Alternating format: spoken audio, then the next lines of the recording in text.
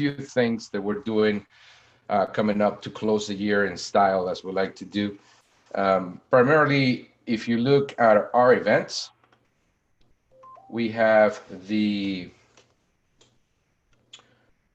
have a quick, okay, good. Just making sure we have things going. So we have two events coming up. We have a digital encounter, and we have another training session happening at the beginning of December. And primarily, you have to be also concerned that be very aware that we have the holiday extra, we used to call the holiday extravaganza, and facilitator showdown.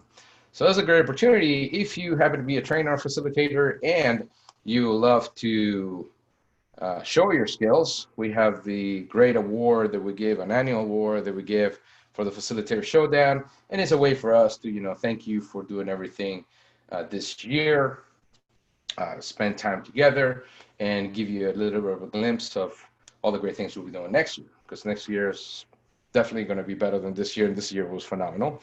If you're not aware, this year we have increased membership by about 30 to 40%. We gained about 85 new members this year.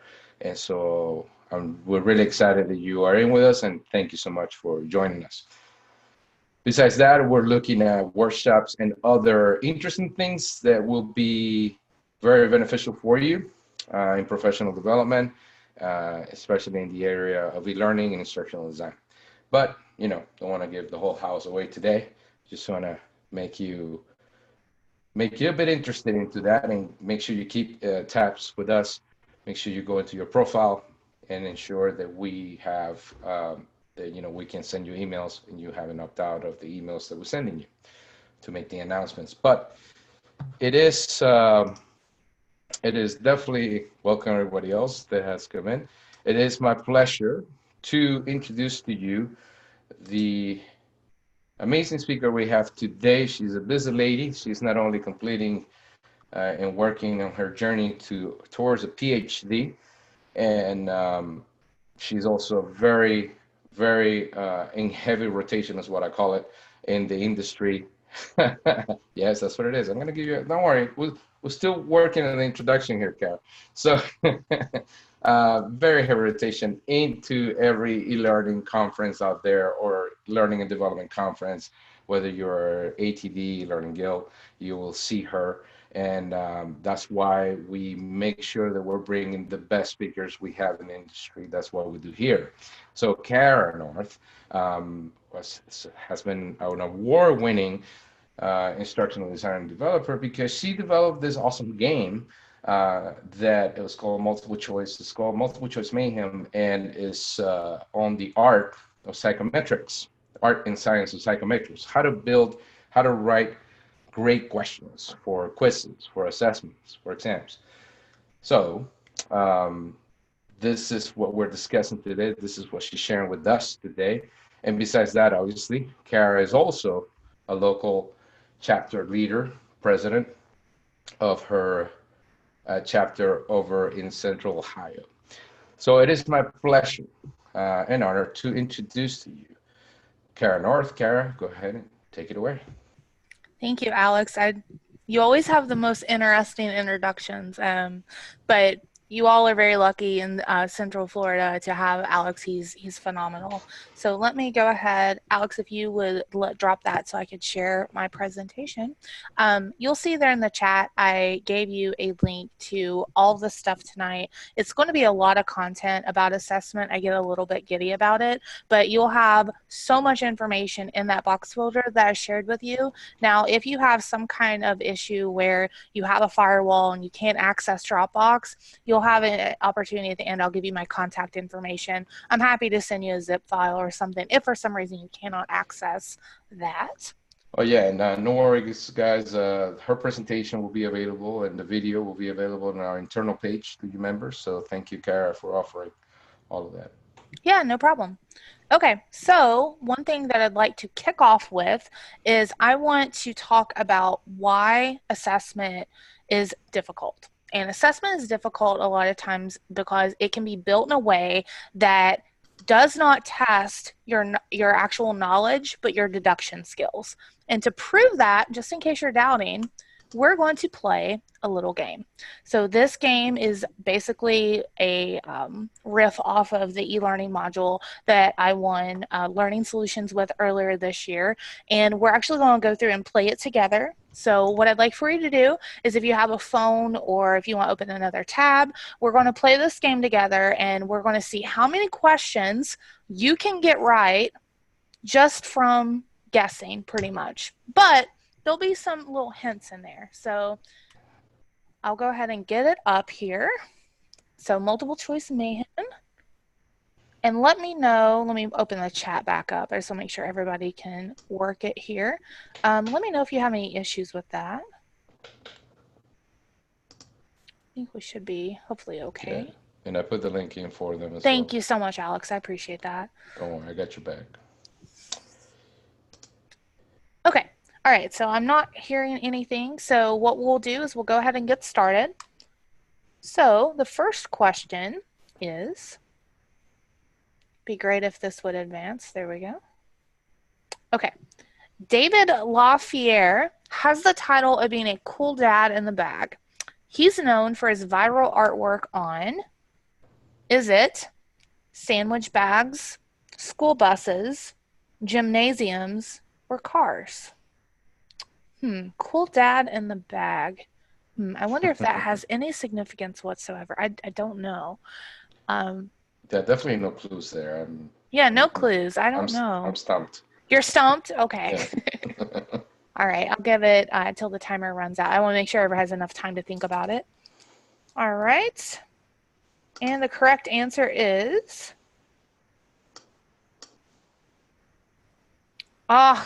you all knew that. So you must be David LaFierre art fans, right? Is that what I'm hearing, maybe? Oh, okay. Absolutely. I grew up yeah. You have the rare one that your grandmother handed down to you? Yeah. Yeah, so we'll talk a little bit more about potentially why you got that question right. All right, next. Goat yoga, founded by Lainey Morse, is practiced on an... Is it a Montana ranch, Utah amphitheater, Oregon farm, or Nevada park?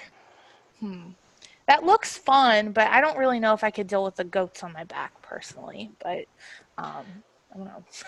Yeah, just make sure you don't feed them any Chipotle before. Oh, good gravy. I'm sorry. Okay, fair enough. Deep humor there. I'm sorry. No more webinars for you, Alex. No more words. I'm kidding. All right. All right. Oh, and the answer is an Oregon farm. So it looks like that one may have tripped somebody up. And again, we'll talk about it here in a moment. All right. In the 1930s, Sir Winston Churchill received a prescription from his doctor for, is it an unlimited amount of alcohol, exercising, if he'd stop washing his hands, or sleep for 8 hours nightly? I cannot tell you the last time I got 8 hours of sleep at night. That would be an amazing, amazing prescription. I would love to get one of those. Wow. Okay. Yeah. That one, yeah, I could just go either way. Yeah. The hands, though, that's a little gross. No offense. So hopefully he didn't get that. All right. And the answer is, ooh, this one was tricky. So it's an unlimited amount of alcohol. All right. That's the prescription I want. Oh, I'm not going there. All right. So here is our leaderboard right now. So Pickle Rick looks like they're in the lead, whoever Pickle Rick is out there. No big deal. Okay. So next, what makes Ken Burkett's 1988 Lincoln Town Car so unique? Is it never releases any CO2? All of the pieces were recycled into appliances. It's covered in gold-plated pennies, or it can only be driven by cats. Depending on the day, some days I think my cat could be a better driver than my fellow drivers here in Ohio. But I don't know about Ken Burkett's car, if that had cats or not. Okay. All right. And the answer is, it's covered in gold-plated pennies. Okay. To pull a prank on a fellow ornithologist, John Audubon, forge diary notes to his mother, went missing for 2 years, stole his horse, or created a fake species of animals for a rival to steal and publish as legitimate species? I'd say that was actually like the precursor to Grand Theft Auto, Grand Theft Horse, maybe back in the day. I don't know.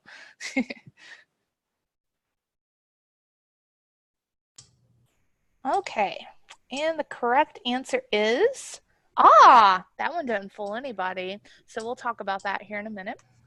Nice. Okay. How long did it take to successfully breed the emoji snake? All right. Is it 8 months, 8 years, 80 years, or 88 years? Alex, do you all have any emoji snakes in Florida? I don't remember seeing. Okay. They didn't know it was a thing. Yeah. Yeah. I mean, at least it's that emoji. I mean, there's other emojis out there that would be really terrible for any animal to have on its back, I'm sure. So, Yeah. all right. And the answer is 8 years. All right. This is our last question. So, what was the occupation of John Audubon? Was he a chemist, biologist, an ornithologist, or a scientist? John Audubon. That name sounds really familiar to me.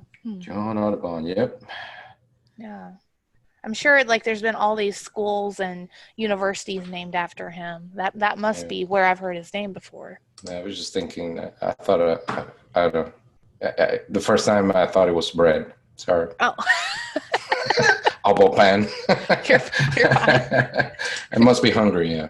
Oh, this one tripped up a couple people. So it was ornithologist. So let's take a look at that leaderboard. And who's our winner? Nancy! Yay! Congratulations. Yay. The crowd goes wild. Yay. Yeah. I came last on purpose. I was just, right. We'll level you up, Alex. It's okay. Yeah, sure. All right. So as you can see, some of those questions were pretty easy for some of us, right? So I'm going to go through what I call the pitfalls of writing assessments. And it's really not your fault because you've seen a lot of these out in the wild. So I'm going to deconstruct the questions we just went through and explain why several of you got them correct. So this one, I like to call this one the Jeopardy Clue. And the Jeopardy Clue essentially leaves some kind of, different little hint in the stem. And when I say the stem, I mean the question. So I might be using some terms that I may need to define as I go out. So you see that in the part of the question, you're like, that's a nice little piece of information. So basically a test taker that may not know that content, they may just go and look for the clues in the assessment that you're writing. So the bag is a cue that the correct answer could be sandwich bags. And in this case, that was actually the correct answer.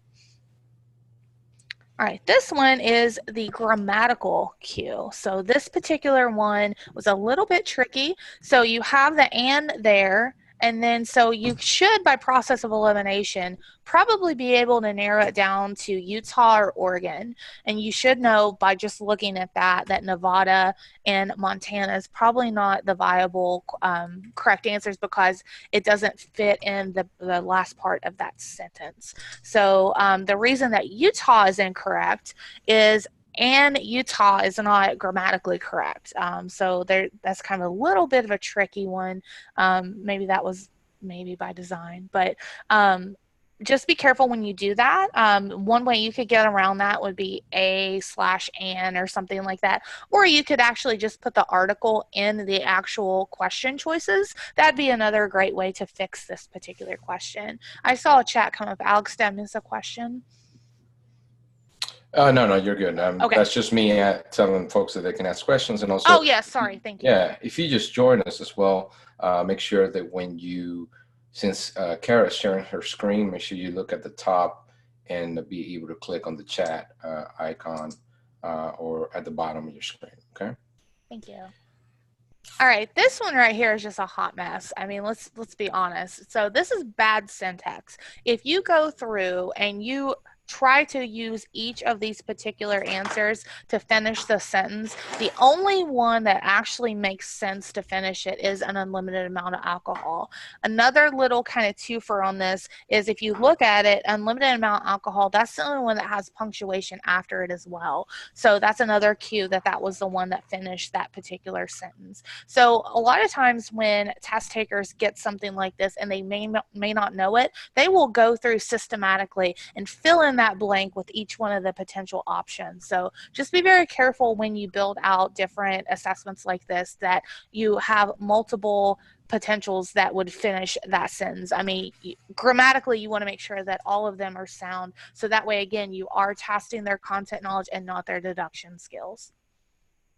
All right, this one right here is absolutes. One reason I think this is so important, especially in learning and development, is we often teach the exceptions, right? So there's always that one thing that may not follow policy, or that one thing that is that kind of like rule bending thing. So anytime usually when you see all, every, always, only, never, a lot of times that's a cue that that's probably not the correct answer, because so much of our curriculum, at least I know myself, has been about those exceptions and how to handle those really weird kind of one-off scenarios. So just be careful when you have different choices like this that they don't use all these words unless whatever you're doing needs those words.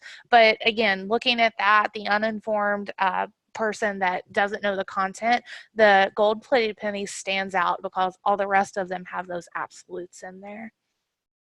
All right, this one I think everyone got right. This is the longest answer, is the correct answer. So again, you look at this and you're like, I don't know. But because there's so much information in that last one, you're drawn to it. You're like, I bet that's the right answer because the longest one is the correct answer. But if you actually look, if you cross out everything after animals there, you could shorten it out. And one rule of thumb that I like to give people as they're writing assessment questions is treat it almost like an algebra equation. You want to make sure everything's kind of balanced and equaled out. So again, if you drop everything after animals, it's a little bit more balanced compared to the other options there.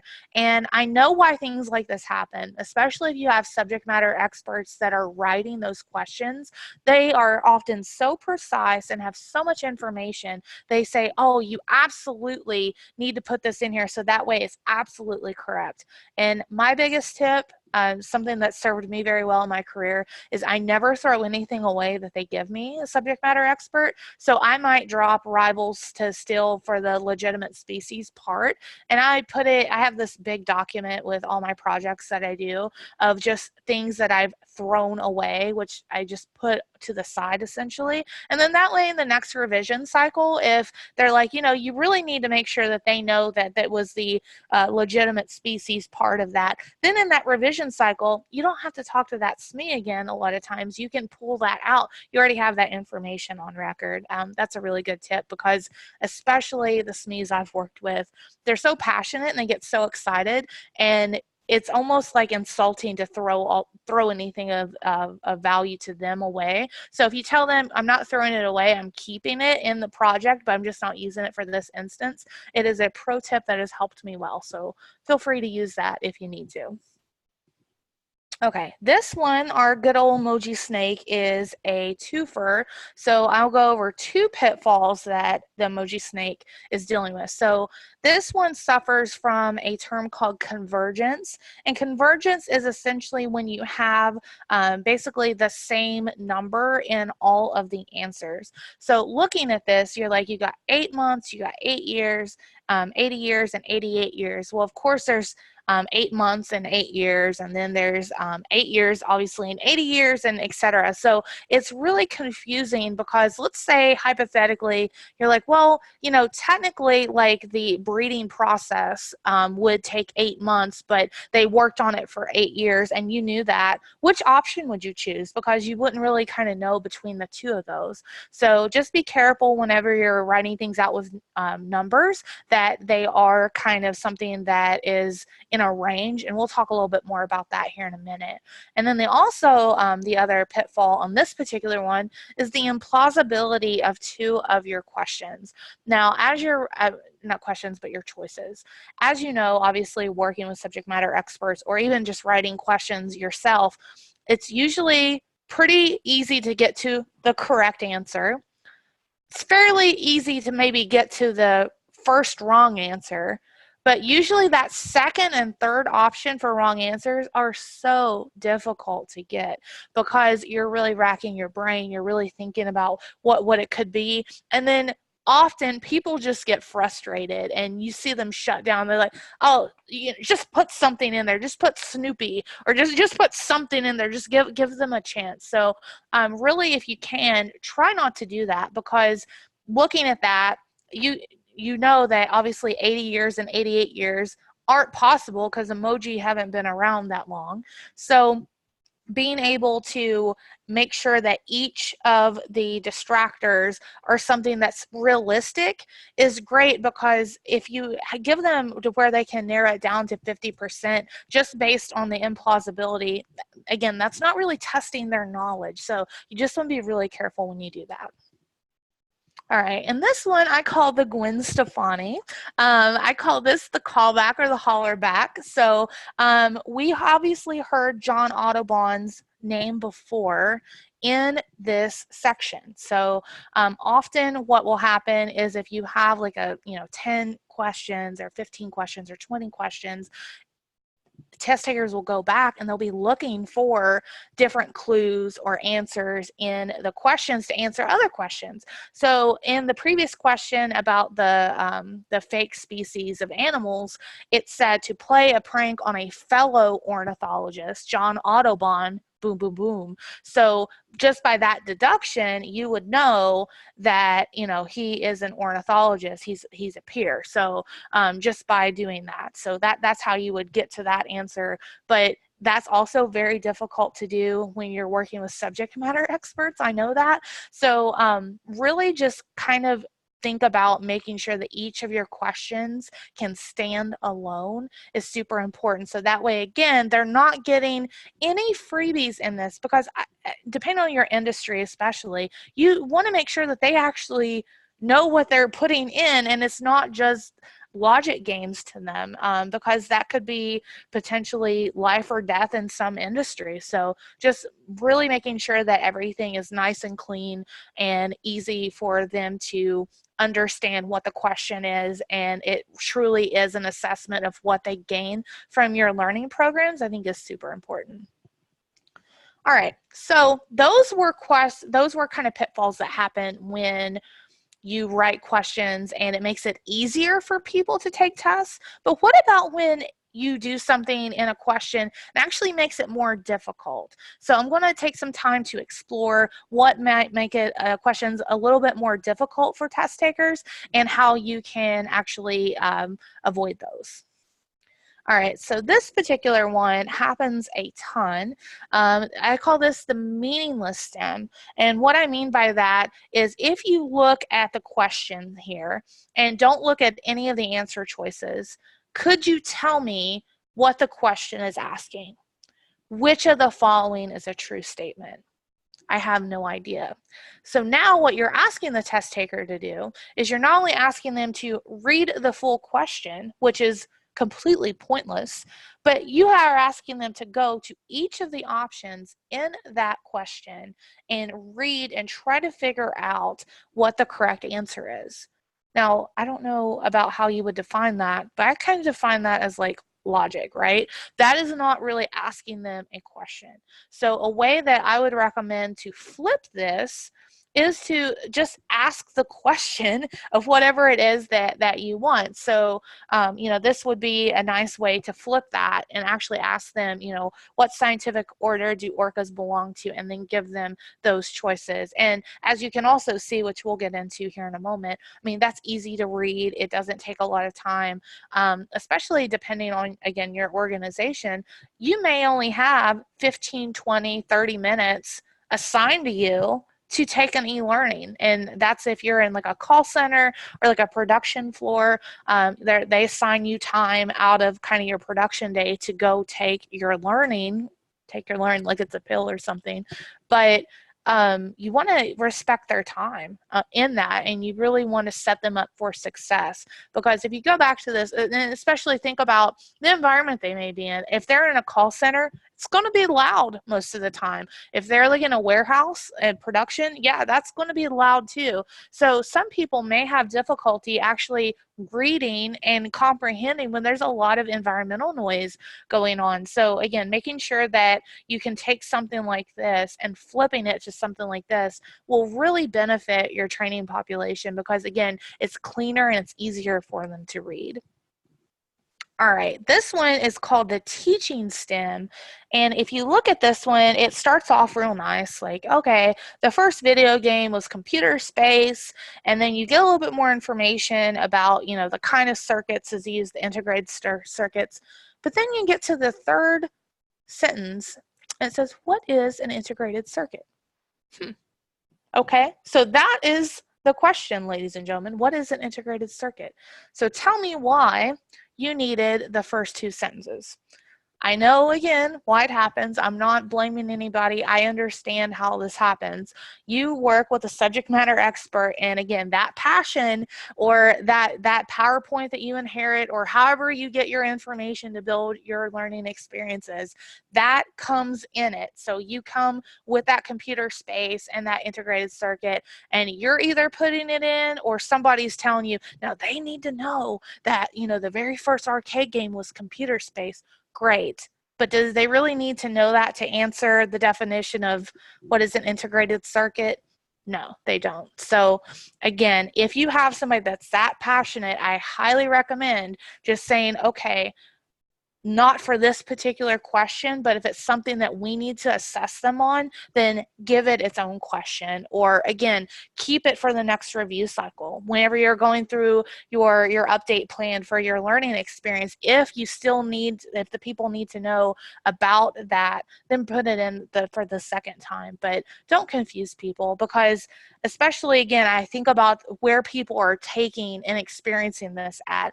They're reading that, and for some people, they may be thinking, why do I need to know that? I need to know that for some reason. Oh, goodness, I think it's that. Like, are they just asking me for the definition? Oh, I don't know. So anything that you can do to kind of release a little bit of that anxiety, because people don't like assessments.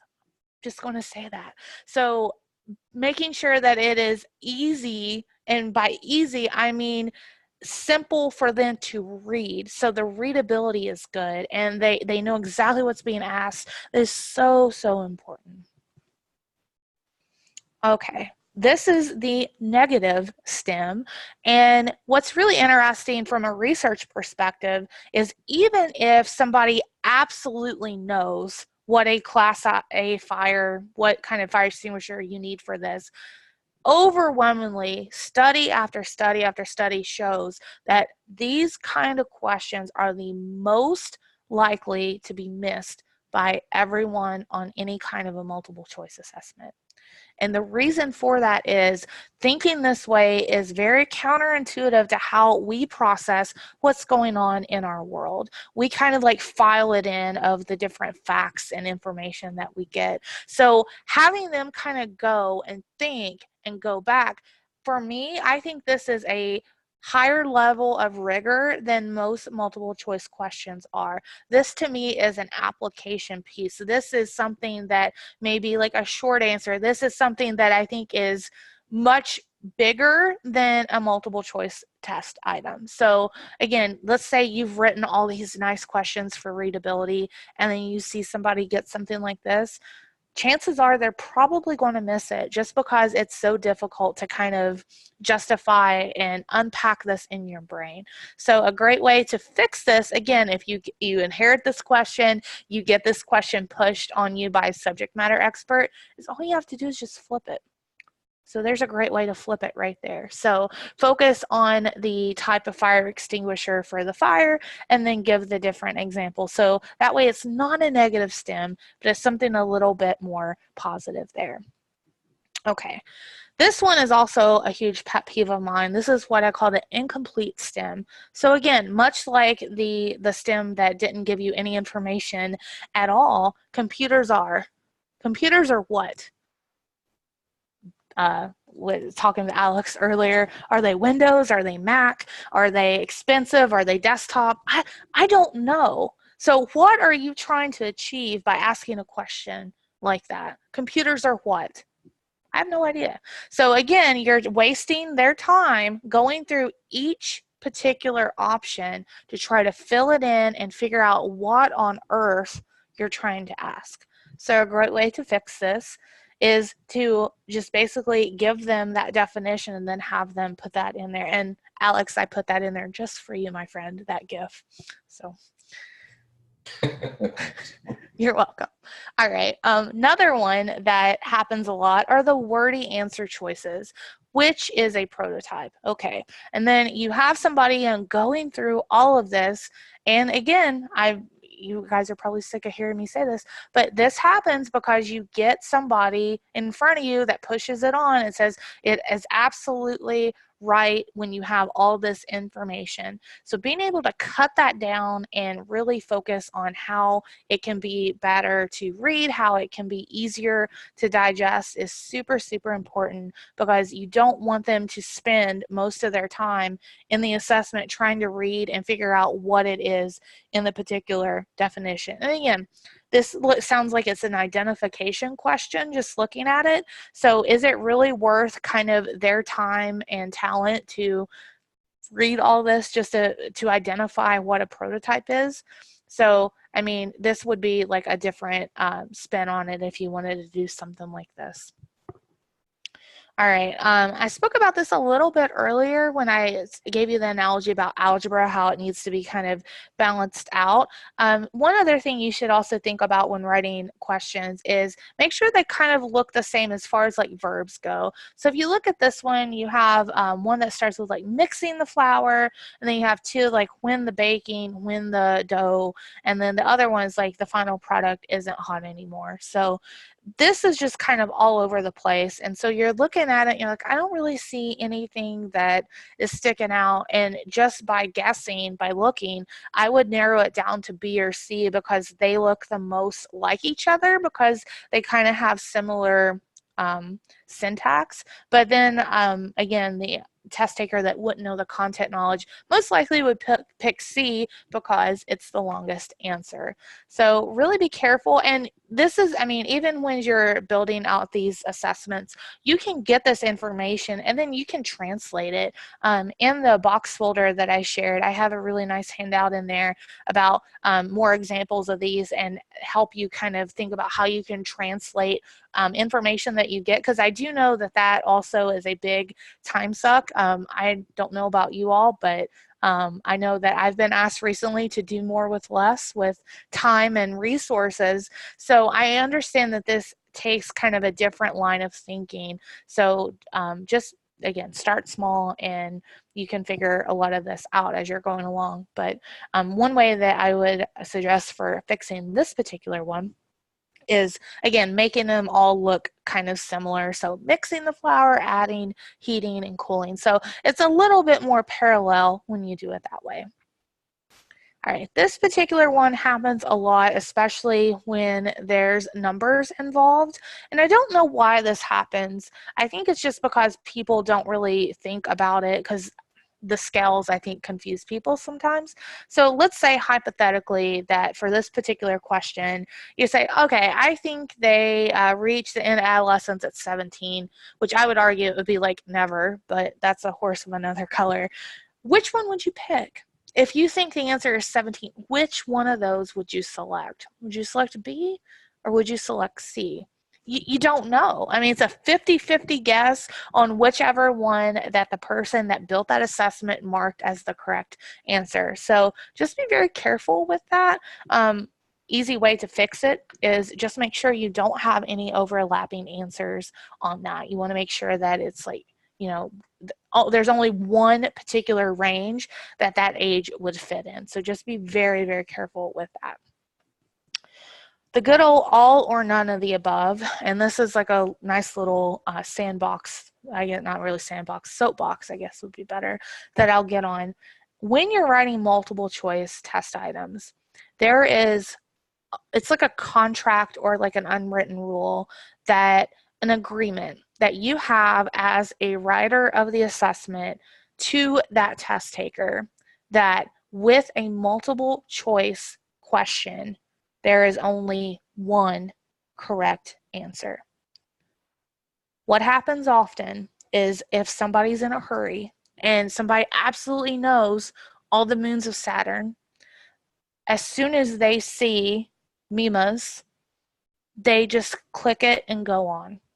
And even though Titan and Dion is obviously moons of Saturn too, they click that first one and go on, and guess what happens? They got it incorrect. Even though they absolutely knew it, but because, again, they were in a hurry, their environment was loud. I mean, there's all these different factors that we need to do a better job, I think, in L&D at large, of really considering when we're building out these learning experiences. So for me personally, I am very staunchly against all or none of the above because, again, going back to the research, going back to the psychometrics, these questions are often missed.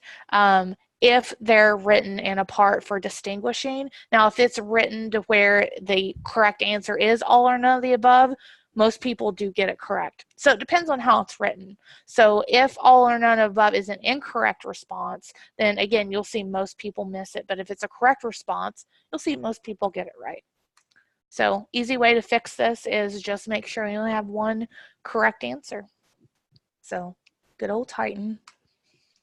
Okay, a couple other ways you can do multiple choice questions that I want to touch on really briefly is using scenarios. And I know at the Ohio State University that I work at, we always try to put the people that we work with in work situations. So this particular one, you get information about, if you were a carpenter or something like that, and you're reading all this information, like, okay, great, great. And then you get to the question, how many square feet are in 1 yard? You don't need to have the scenario to answer the question. So it goes back to the previous question that I had where you had the information about that computer game, and then the question was, what's a circuit?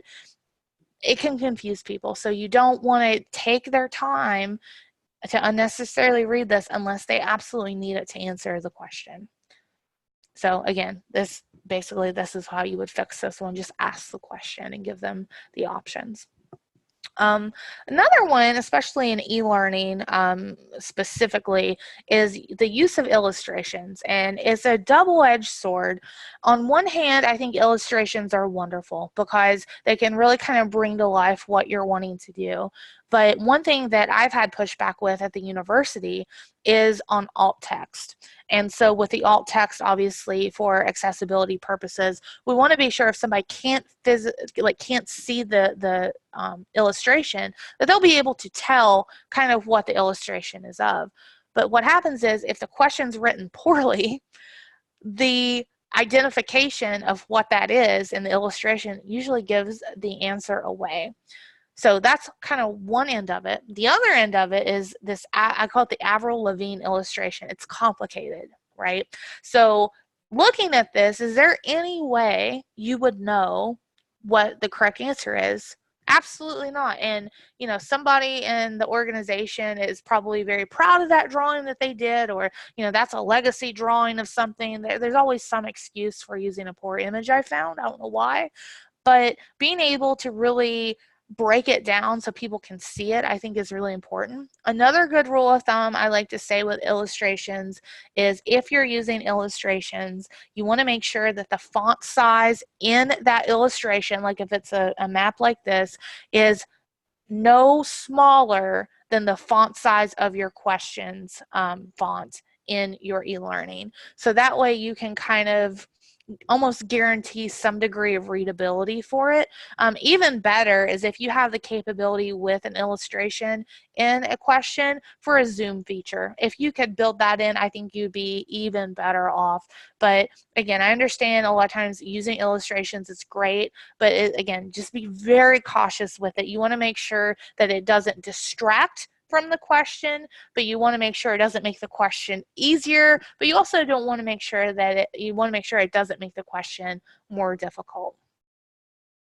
So again, here's would be a great way to fix this, make it a little bit more clear. Going back, yeah, it's kind of hard to see that, but at least from this particular image, you should be able to kind of guesstimate what those numbers are a little bit. And finally, one other thing I want to talk about before I get to Q&A is Webb's depth of knowledge. And this is kind of a guiding principle that I use when I try to build out multiple choice test items. So for me, the big ones are, what are they trying to do with this particular information? So a lot of times, like, you can get all the way up to about, I don't know, I would say 2.5 is what I call it. So for level 1 of Webb's depth of knowledge, you're basically just getting identification. So who, what, when, where, how, those kind of information, excuse me, that kind of information, fact-finding kind of stuff. For the second level, it's about the application. So how did it happen? What happened with it? Excuse me, one moment. I know you get choked up. The topic is it's very emotional. No, shush. No, I feel like I've just been talking so much, so I appreciate your patience. Thank you. It's all right. You're fine. So basically with the application of skills, like, how did it happen? What was the result? Now, depending on how you approach it, I think sometimes you can get to that, like, almost that third level, but a lot of times when you're asking questions about cause and effect and how or why did it happen, that is really kind of difficult to ascertain from multiple choice. So I just wanted to share that with you. In the folder, I have more resources about Webb's depth of knowledge, and I even have a sheet in there about ways that you can start questions using kind of this framework, if that's something that you'd like to take a look at. And with that, are there any questions? Excellent stuff. Thank you so much, Cara. Guys, before we get into the questions, just wanted to let you know that on the chat, I'm dropping right now, and I'll be doing it at the end as well, a link to our survey, so our feedback survey, so you can let us know how we did today, and to keep bringing events and topics related just as we did today. I think Cara did a phenomenal job with her presentation thus far. Thank you so much, Cara. And let me go ahead and bring my beautiful face back in. No bias at all. And I wanted to ask folks, if you have any questions, please. Well, we got a very helpful Cara from Elizabeth. Thank you, Elizabeth. If you have any questions, please use the chat at this time. If you'd like to unmute yourself, if you're capable of do so, go ahead and do so and ask the question. That's also a very good possibility, good thing we could do. So let's go ahead and get some questions. This is your time to really get some one-on-one with Cara, because otherwise she'll be in Vegas next week at AECT and DefLearn. So very busy lady.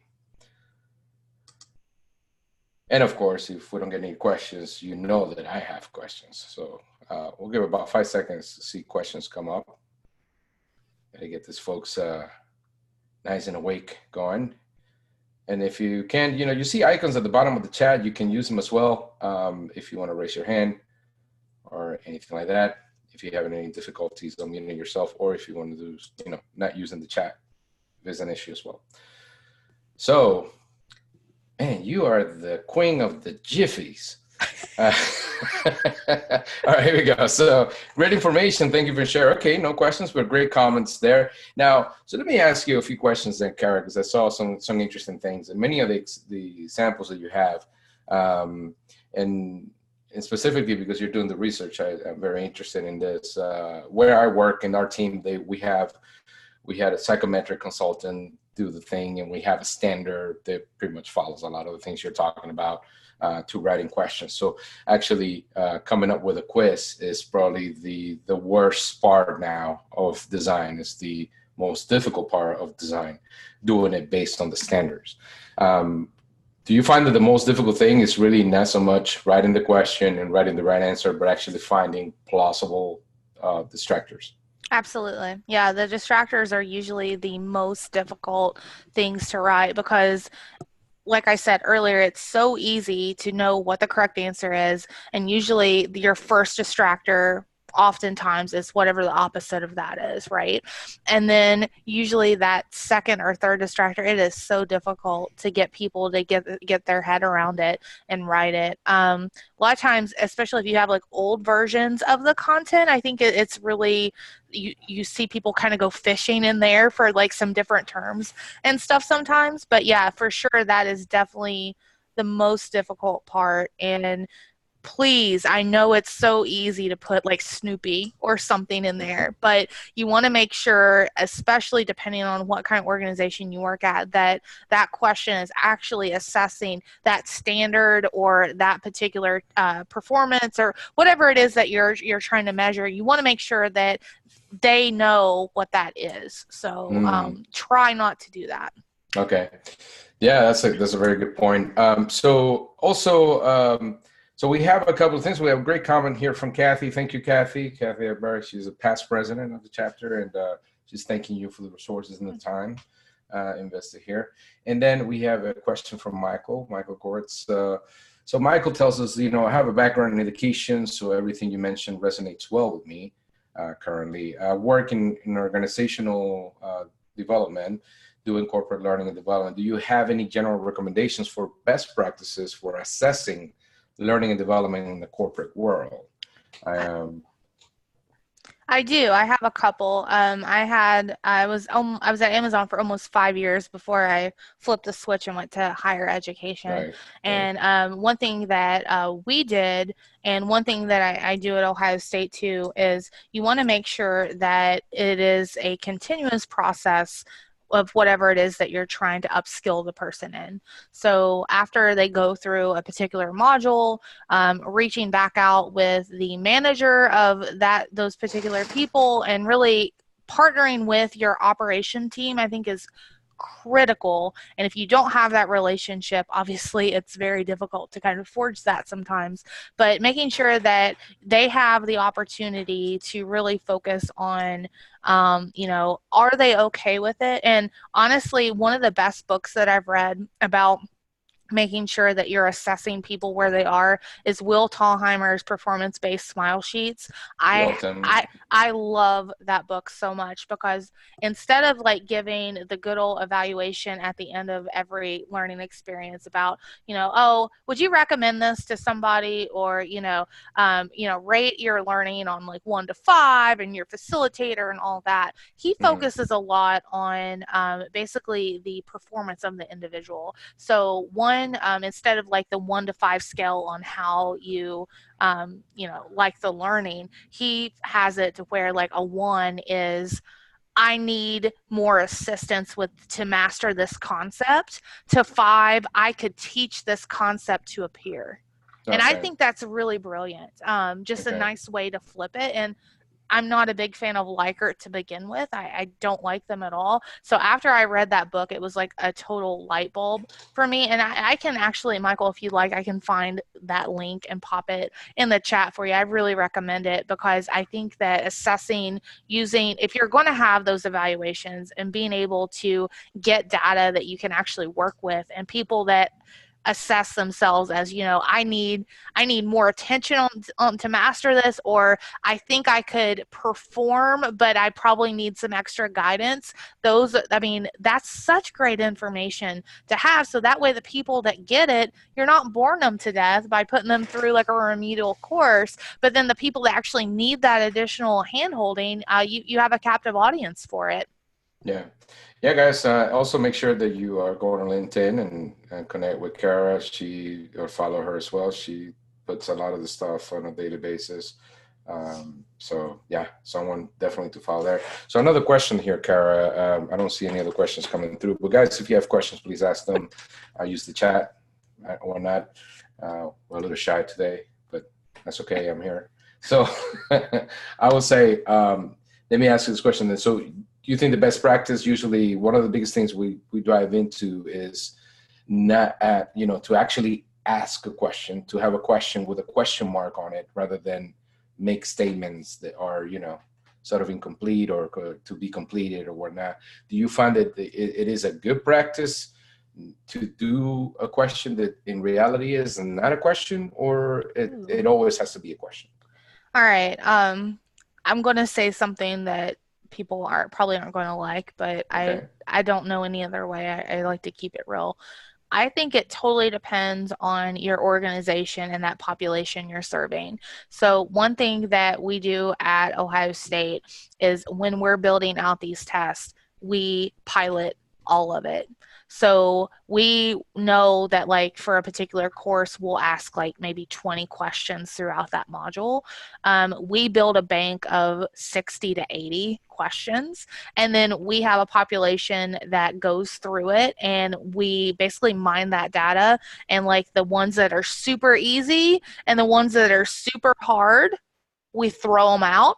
They cancel each other out, and then we have these sweet spots of ones that performed kind of in between, so we know that like the rigor and like the like the different levels of that is just right for that population. And that could be questions, that could be statements. It just kind of depends on what they're getting from it, and also aligning that to your learning experience, I think, is super critical too. You don't want to give them some curveball question that's like, what, wait, when did you cover that? Like, where did that come from? Which I don't really think I talked about, but making sure that all of that's aligned, I think, is super important. But the best way to know what the people want is to ask the people and have the people go through it. And I know that in every organization, there are people that will give you their opinion whether you want it or not. But a lot of times having that data to back that up, I think, is super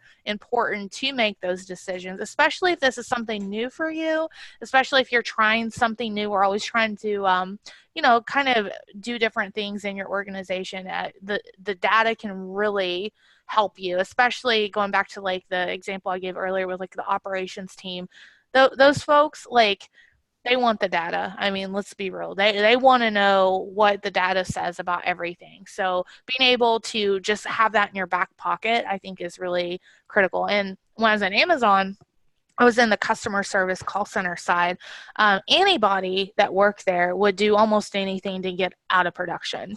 So finding people to test things, to go through things, to do bug fixes, super easy to find. Now, I know different organizations have different things, but and same with us here at Ohio State. Like, there's always students that want bonus points and stuff, and so we have captive audience to help us with this kind of stuff. But being able to set that expectation too, and making sure that learning is everyone's business at the organization, and giving people opportunity to have skin in the game, I think, really sends that message too.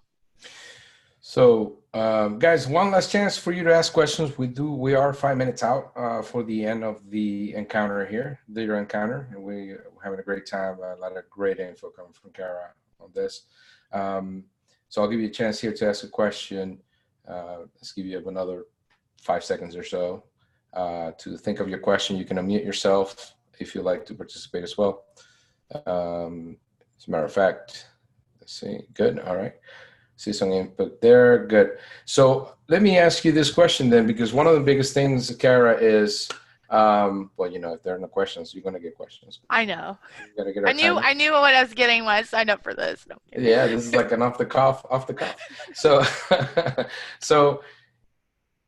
it's great that you have all these great practices, and it's all psychometrics, right? And, or that derive from psychometrics, because obviously psychometrics is a way deeper concept. But, one of the things that I notice in organizations is that there's not really a plan to evaluate things or analyze things after the fact.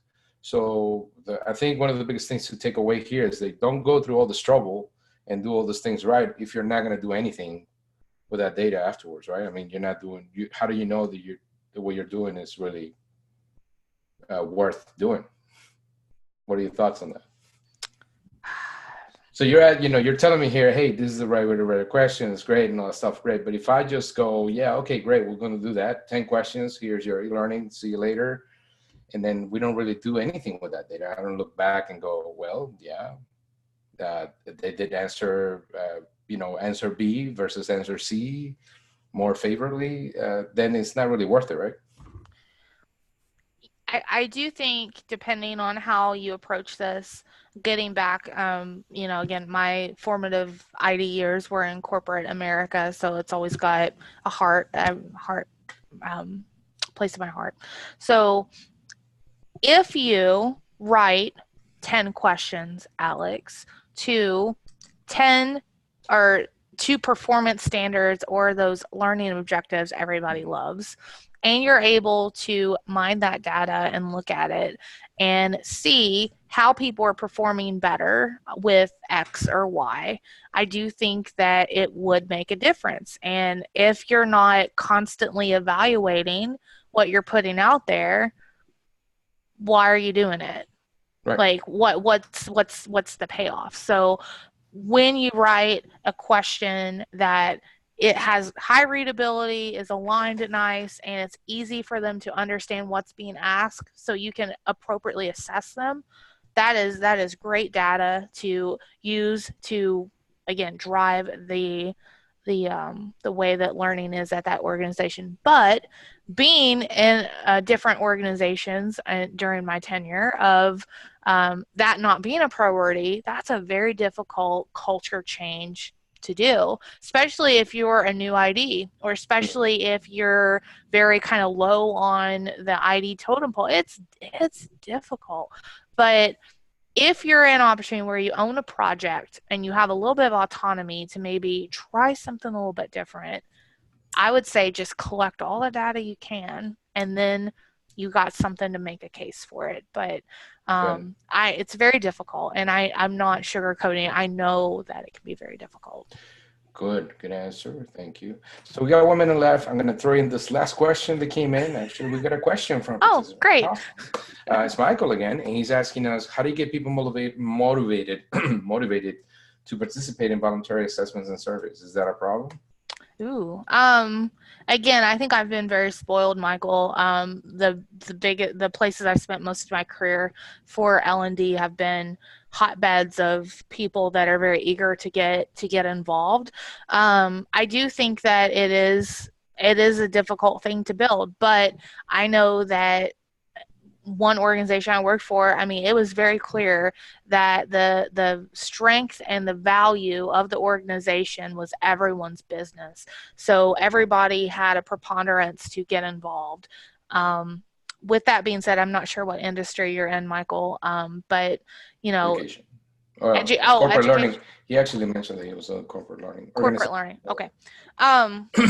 It's hard. I mean, it really is. But another thing that you could do that I know that Amazon did specifically healthcare. Healthcare. Oh boy. That's a whole different animal. That's my realm. That's where I came from. So gosh, that's so difficult because I just think our healthcare professionals are just not. They just don't have a lot of time to do much of anything. Yeah. I mean, they're actually saving people's lives, which is super important. But so definitely a deeper question. So, Cara, we are at time, and we'd like to keep it nice and tight in terms of timing. I dropped the link, guys, in the chat for you. The link is there, so you complete the survey. Please let us know how the event was, how this digital encounter is, and when we need to do more. We find an interesting thing where we have 16 people sign up, but we actually did amazing today because that's a 50% rate of attendance. So well done, Cara. I want to, for Michael, I just grabbed that link for you. Okay. Awesome. Will's book. I highly recommend it. I have a physical copy and I do have it on my Kindle too. I love it so much. Excellent. So many of the links, the resources, guys, we're going to get the resources, her presentation and everything in our members inside page, our members only page. Make sure that you are able to sign into our website. And if you never sign into our website through your profile, make sure that you go to the top link on the top right of our homepage and maybe click there forgot password so you can reset your password and get in. But otherwise, if you've been there because you have signed into these events, we'll have it in our members only page, which is the first thing you see when you log into our site. Cara, I cannot mention, as always, very grateful and very in high gratitude of you participating with us and sharing your time with us here at ATDCFL. If there's anything you need me to do for your chapter, let me know. I'll be glad. Of course. Yeah, anybody on the call, if you ever want to attend something from Central Ohio ATD, we hope to do more webinars like this in the upcoming years. So yeah, maybe Alex will be kind enough to share some of that. So excellent stuff. And so next, we'll see you guys next month. We have Leah Jeets coming up and doing another great presentation. And don't forget, if you are going to Def Learn, which happens in Vegas next week, Cara will be there. You probably get to get some good one-on-one time. I dare you to do a selfie with Cara. And if you do, then I'll give you 3 months of membership extended. Oh, wow. Yeah, I can do that. I want to see that selfie. I want to see it. That would be awesome. But in any event, guys, thank you so much. Thank you for showing up. Thank you, Cara. This has been another Your Encounter with ATDCFL. I'm Alex, your president, and I'm honored to serve you. Have a good night. Bye. Thank you all. Bye.